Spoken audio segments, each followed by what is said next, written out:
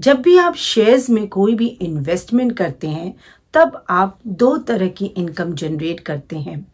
अगर आपने उन शेयर्स को बढ़े हुए प्राइस के साथ बेच दिया तब आपको होता है कैपिटल गेन, और दूसरा है डिविडेंड इनकम। अब ये डिविडेंड इनकम क्या है? मान लो आपने XYZ कंपनी के 1000 शेयर्स आपने परचेज किए। अब कंपनी अगर फाइनेंशियल ईयर में प्रॉफिट जनरेट करती है तो कंपनी के पास भी दो ऑप्शन है, या तो वो पूरा का पूरा जो भी प्रॉफिट उसने जनरेट किया है उसे अपने फर्दर बिजनेस में इन्वेस्ट कर दे, या उस प्रॉफिट का कुछ पोर्शन अपने शेयर होल्डर्स में डिस्ट्रीब्यूट कर दे। ये पोर्शन जो वो शेयर होल्डर्स में डिस्ट्रीब्यूट करती है इसे हम कहते हैं डिविडेंड। तो XYZ कंपनी ने डिसाइड किया कि वे अपने प्रॉफिट का कुछ हिस्सा एज ₹5 पर शेयर अपने शेयर होल्डर्स में डिस्ट्रीब्यूट करेंगे। आपके पास XYZ के 1000 शेयर्स थे तो आपकी डिविडेंड इनकम 1000 इंटू 5 5000 हो गई। 1 अप्रैल 2020 से पहले इस डिविडेंड इनकम पर कंपनी को डिविडेंड डिस्ट्रीब्यूशन टैक्स पे करना होता था, और ये डिविडेंड इनकम शेयर होल्डर्स के हाथों में फुल्ली एग्जेम्प्टेड होती थी। पर 1/4/2020 से इस डिविडेंड डिस्ट्रीब्यूशन टैक्स को अबॉलिश कर दिया गया। अब डिविडेंड इनकम शेयर होल्डर्स के हैंड्स में टैक्सेबल की जाएगी। अगर आप एक रेसिडेंट इंडिविजुअल हैं उस केस में आप जो भी डिविडेंड इनकम आपकी होती है उसे टैक्सेबल किया जाएगा under the head income from other sources at a slab rate. और यदि आपकी डिविडेंड इनकम एक फाइनेंशियल ईयर में 5000 से ज्यादा है तब उस केस में अंडर सेक्शन 194 आपका TDS eight a rate of 10% deduct किया जाएगा बाय द कंपनी, और इस 5000 की लिमिट को फाइनेंशियल ईयर 25-26 से 10,000 कर दिया गया है। आज इस सेशन में हम आपके साथ डिस्कस करेंगे taxability of dividend income in case of non resident individual. यदि आप एक नॉन रेसिडेंट इंडिविजुअल हैं और आपने इंडियन कंपनी से कोई भी शेयर्स परचेज किए हैं तो उस केस में आप पर इंडिया में क्या टैक्स लायबिलिटी होगी। वीडियो इंपॉर्टेंट होने वाली है और आप सभी को सेशन के एंड तक मेरे साथ बने रहना है।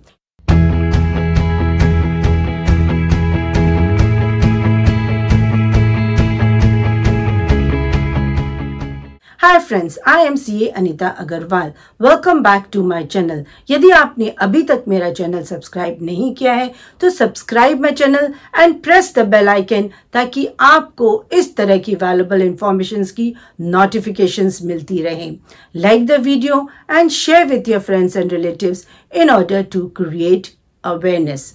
चलिए अब हम समझते हैं कि अगर एक नॉन रेसिडेंट इंडियन ने कोई भी इंडियन कंपनी में अपनी शेयर्स में इन्वेस्टमेंट की है तो उसकी इस डिविडेंड इनकम को किस तरह से इंडिया में टैक्सेबल किया जाएगा। 1 अप्रैल 2020 तक डिविडेंड डिस्ट्रीब्यूशन टैक्स पे करने की लायबिलिटी कंपनी पर आती थी, पर 1 अप्रैल 2020 के बाद से अब ये टैक्सेबल किया जाएगा in the hand of the share holders. यदि आप एक नॉन रेसिडेंट इंडिविजुअल हैं और आपने किसी भी इंडियन कंपनी के शेयर्स परचेज किए हैं, उस केस में जो भी आप डिविडेंड इनकम इंडिया में जनरेट करेंगे उसे इंडिया में ही टैक्सेबल किया जाएगा एज पर सेक्शन 115A। इंडियन कंपनी उस डिविडेंड इनकम को आपके बैंक अकाउंट में क्रेडिट करने से पहले उस पर TDS डिडक्ट करेगी at a rate of 20% plus an additional health and education cess of 4%। Double taxation avoidance agreement. यदि इंडिया का जिस कंट्री में आप रह रहे हैं एट प्रेजेंट जिस कंट्री में रह रहे हैं उस कंट्री का अगर इंडिया के साथ डबल टैक्सेशन अवॉइडेंस एग्रीमेंट है उस केस में आपको यहाँ पर lower rate of tax deduction का बेनिफिट दिया जाएगा। जैसे कि यदि आप यूएसए, यूके या सिंगापुर में रह रहे हैं तो उस केस में आपका TDS eight a rate of 15% deduct किया जाएगा, और यदि आप यूएई में रह रहे हैं उस केस में आपका TDS eight a rate of 10% deduct किया जाएगा। और यदि इंडिया की आपके कंट्री ऑफ रेसिडेंस के साथ कोई भी डबल टैक्सेशन अवॉइडेंस एग्रीमेंट नहीं है उस केस में आपकी डिविडेंड इनकम पर वह company TDS eight a rate of 20% deduct करेगी।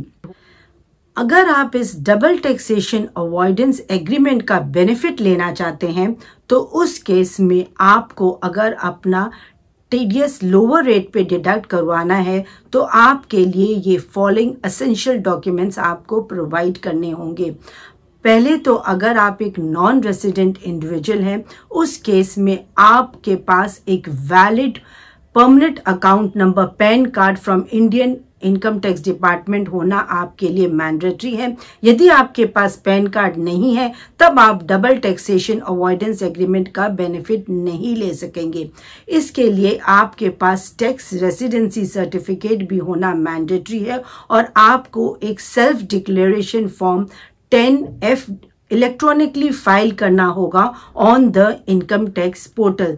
यदि आप डबल टैक्सेशन अवॉइडेंस एग्रीमेंट का बेनिफिट लेना चाहते हैं उस केस में आपकी इंडिया में कोई भी परमानेंट एस्टैब्लिशमेंट नहीं होनी चाहिए, यानी कि आपका कोई भी ऑफिस, ब्रांच, फैक्ट्री, कोई भी परमानेंट एस्टैब्लिशमेंट इंडिया में नहीं होना चाहिए। अगर किसी भी नॉन रेजिडेंट इंडिविजुअल कोई भी इनकम अगर इंडिया में वो जनरेट कर रहा है तो उसके लिए आईटीआर फाइल करना कब मैंडेटरी हो जाता है? यदि उस नॉन रेसिडेंट इंडिविजुअल की सिर्फ डिविडेंड इनकम वो इंडिया में जनरेट कर रहा है और उसका उस इंडियन कंपनी ने करेक्टली टीडीएस डिडक्ट किया है तो उस केस में उसके लिए आईटीआर फाइल करना मैंडेटरी नहीं है। आईटीआर फाइल करना एक नॉन रेसिडेंट के लिए कम मैंडेटरी हो जाता है। मान लो जिस इंडियन कंपनी ने उसके शेयर्स परचेज किए थे उसने उसका टीडीएस 20% डिडक्ट किया, पर NRI was eligible for DTA rate, lower rate के लिए वो एलिजिबल था या तो 10% या 15%। तो उस केस में एनआरआई के लिए अपनी आईटीआर फाइल करना मैंडेटरी हो जाता है to recover the excess tax paid.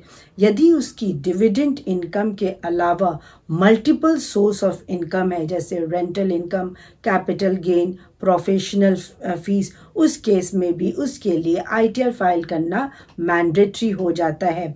यदि उसके टैक्स डिडक्शन में कोई भी एरर हुआ है आइदर टू लो और with calculation mistakes requiring correction, अगर कोई भी टीडीएस का एरर है तो उस केस में भी उसके लिए आईटीआर फाइल करना मैंडेटरी हो जाता है। एक नॉन रेसिडेंट का dividend income at a flat rate of 20% उस पर एप्लीकेबल होता है, पर एक रेसिडेंट इंडिविजुअल के लिए डिविडेंड इनकम को स्लैब रेट पर टैक्सेबल किया जाता है। यदि आप एक नॉन रेसिडेंट इंडिविजुअल हैं और ये आपके पास पैन कार्ड नहीं है उस केस में आप डीटीए का बेनिफिट नहीं ले सकते। एक नॉन रेसिडेंट इंडिविजुअल को अपनी डिविडेंड इनकम से किसी भी तरह की कोई भी डिडक्शन, कोई भी खर्चे या किसी भी तरह की कोई भी डिडक्शंस अलाउड नहीं है। उसे यहाँ पर बेसिक अजम्पशन लिमिट का भी बेनिफिट नहीं दिया जाता है। यदि किसी एनआरआई का इंडिया में सिर्फ डिविडेंड इनकम है जो कि basic assumption limit of 2.5 lakh से कम है तो उस केस में भी उसको इस बेसिक अजम्पशन लिमिट का बेनिफिट नहीं दिया जाएगा। यदि उसकी डिविडेंड इनकम 1 लाख है तो उसे flat tax rate of 20% plus 4% का सेस उसे पे करना होगा। यहाँ पर एनआरआई जिसका टीडीएस ऑलरेडी उसकी डिविडेंड इनकम पर डिडक्ट हो चुका है तो उस पर advance tax liability, advance tax की पेमेंट की लायबिलिटी अराइज नहीं होती है। Hope guys this video has added value to you. Thanks for your valuable time. Jai Hind.